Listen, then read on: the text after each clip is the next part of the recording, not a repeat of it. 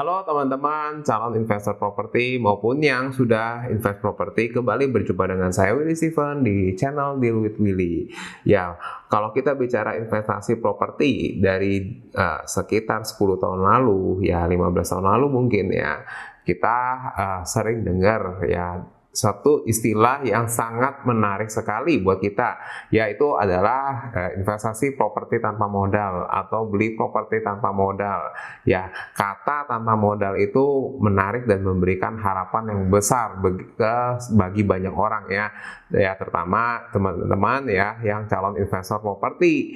Nah, karena apa itu begitu menarik? Karena kita semua tahu beli properti ya apapun bentuknya, rumah, apartemen ya ataupun juga rumah kos misalnya, ya itu memerlukan uang yang sangat besar. Kita tahu harga properti itu pasti jumlahnya miliaran, apalagi yang ada di Jakarta atau kota-kota besar lainnya. Ya, sehingga memiliki properti ya tentu tidak dalam bayangan semua orang, kebanyakan semua orang. Ya, sehingga kata-kata tanpa modal itu ya membuat orang itu wah, ini berarti saya juga bisa. Emang apa pasti saya bisa? Ya enggak? Nah, sekarang kita bahas bagaimana sebenarnya tanpa modal itu apakah masih menarik atau enggak. Pastikan ya nonton videonya sampai habis supaya kamu paham benar dan menjadi investor properti yang berhasil. Ya, jangan lupa like dan subscribe dulu ya video ini. Jangan lupa juga aktifkan lonceng notifikasinya supaya kamu tidak ketinggalan video saya berikutnya.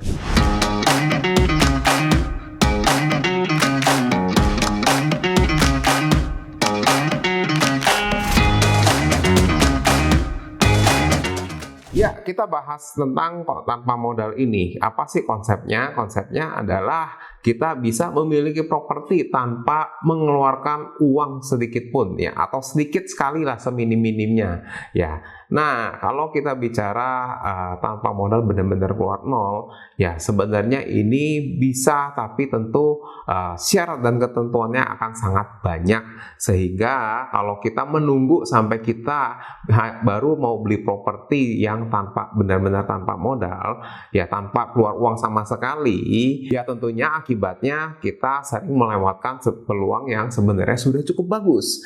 Ya, oleh karena itu ya kita harus paham dulu ya bahwa sebenarnya kita juga ketika dalam perjalanan membeli properti ya kita juga sudah mengeluarkan cukup banyak modalnya. Seperti apa? Ya selain modal tentu aja sudah mengeluarkan modal waktu, ya modal planning, pemikiran, perencanaan, ya kemudian ada lagi modal ya skill dan lainnya ya. Ya, terutama buat kita-kita yang belajar negosiasi dan lain sebagainya, itu juga sudah menjadi modal sebetulnya. Nah, kita mulai bahas tentang konsepnya tanpa modal nih. Nah, kalau bicara tanpa modal, pasti dalam kebanyakan orang adalah kita tidak keluar uang sama sekali. Ya, kita padahal tahu ya bahwa semakin kita tidak mau mengeluarkan uang, tentunya syarat dan ketentuan nih untuk mendapatkan propertinya itu akan semakin banyak ya, akan semakin banyak. Ya, jadi pada prinsipnya kita membeli properti tanpa keluar uang sama sekali berarti ya kita mendapatkan pembiayaan dari pihak lain. Ya, bisa saja ya misalnya dari keluarga sendiri, tapi pada umumnya adalah menggunakan pihak bank. Ya, dalam hal ini ya kita menggunakan KPR ya. Jadi ketika kita contoh katakanlah beli propertinya senilai 3 miliar misalnya, pembiayaan KPR-nya itu yang kita dapatkan besarnya juga mendapatkan 3 miliar sehingga kita tidak keluar uang sama sekali ya. Nah, tentu aja itu akan menguntungkan buat kita sebagai calon pemilik ya, karena kita bisa langsung memiliki propertinya ya, rumahnya ya, apartemennya dan rumah kosnya misalnya seperti itu ya. Tetapi di sisi lain ya tentu aja di balik keberhasilan ini ada kewajiban yang harus kita jalankan. Apa itu? Ya, sudah pasti cicilannya, dan kita tahu, kita harus paham bahwa semakin besar nilai propertinya dan semakin kita tidak menggunakan DP di awalnya, itu akan memberikan ya cicilan yang semakin besar, sehingga tentunya ya kita tetap harus mempersiapkan ya planning keuangan kita dari awal. Ya kita nggak bisa serta-merta, oke kita nggak punya uang sama sekali, kita nggak punya tabungan, ya kita harus beli properti. Ya tentu aja saya sendiri pun tidak akan menyarankan teman-teman untuk melakukan seperti itu, karena itu akan mengakibatkan ya tentu aja ujung-ujungnya nanti teman-teman akan gagal bayar, ya propertinya hilang, ya namanya jadi rusak, ya BI checkingnya jelek ya, atau sekarang slicknya jelek ya, dan itu menjadi kesulitan buat teman-teman di kemudian hari. Ya jadi kembali lagi ya, untuk mendapatkan properti tanpa modal ya itu menjadi satu keuntungan ya yang bisa dimanfaatkan untuk bisa segera memiliki properti, tapi dengan catatan tentunya harus mempersiapkan semuanya. Ya jadi apakah saya misalnya masih bisa mendapatkan properti tanpa modal? Jawabannya tentu aja bisa dan berpeluang ya, tapi untuk mendapatkan kredit dalam jumlah yang besar ya itu Anda harus mendapatkan kepercayaan dari bank dulu. Ya, Anda juga harus punya track record yang dibangun terlebih dahulu.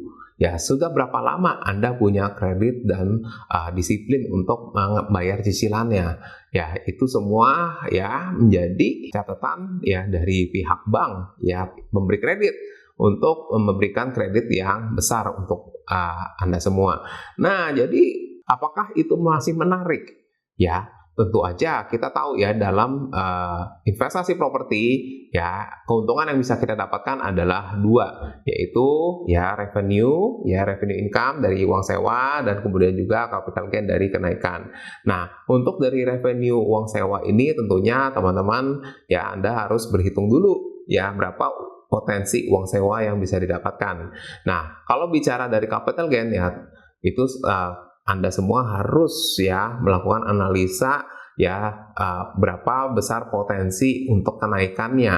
Ya, apakah lokasi properti yang dibeli itu masih akan berkembang ya jauh ke depannya. Sebaliknya, kalau sudah sangat berkembang dan kecil peluangnya untuk berkembang lebih jauh, ya tentunya sebaiknya ya kita mengabaikan saja capital gain-nya. Karena ya kenaikan harga properti seperti itu biasanya hanya ditunjang dari kenaikan harga sewanya yang akan terus bertambah. Nah, jadi buat teman-teman ini semua harus dilakukan ya. Jadi sebelum benar-benar beli properti tanpa modal ya langsung diambil ya tanpa pikir panjang ya, ini akan membawa masalah ya buat teman-teman semua di kemudian hari. Jadi jangan salah ambil langkah untuk hal ini. Jadi ya kembali lagi, jangan salah ambil langkah dalam hal ini, dan tentu saja kita harus bijak menyikapi soal tanpa modal ini, properti tanpa modal ini. Ya, bagi teman-teman yang ingin tahu lebih banyak tentang KPR ya, teman-teman bisa download ebook saya. Ya, kemudian juga bagi yang ingin konsultasi, teman-teman juga bisa jangkau saya melalui bio di sosial media saya. Terima kasih dan kita jumpa di video selanjutnya. Bye-bye.